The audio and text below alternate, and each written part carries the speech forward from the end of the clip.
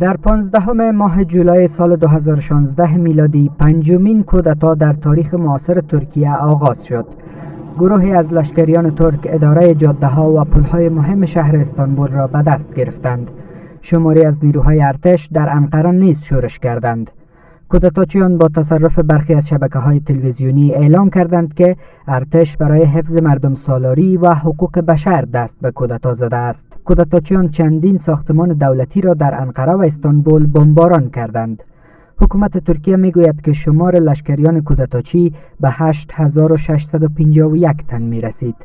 با گفته مقام‌های ترک، کودتاچیان در تلاش برای سرنگونی حکومت این کشور از 36 جنگنده به شمول 24 جت، 37 هلیکوپتر، 37 تانک، 246 واسطه نظامی و چندین کشتی جنگی کار گرفته بودند.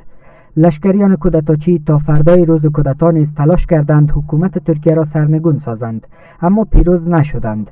صدها سرباز کودتاچی به نیروهای پلیس و نیز به مردم تسلیم شدند.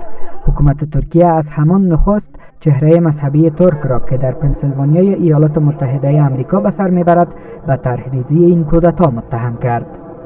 اما şimdi tam tersi oldu. هر زمانی که ما این ویروس را پاک میکنیم از جای دیگر سر بیرون می آورد. باید آن را ریشه‌کن سازیم. باید روند ترویج اندیشه های آنان را نیز متوقف سازیم. آنان بسیار خوب میدانند که چگونه در لباس نظامیان و در نهادهای حکومتی پنهان شوند.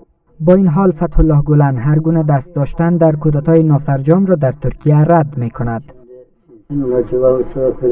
حکومت بارها تلاش کرد برخی ها را از ارتش برکنار سازد، اما نتوانست این کار را انجام دهد. از همین رو حکومت به یک دلیل و توجیه نیاز داشت تا نفوذش را بر ارتش بیشتر سازد. اگر به تصویر بزرگتر از این رویداد ببینید، مانند کودتا نیست، بل بیشتر به یک فیلم هالیوودی میماند.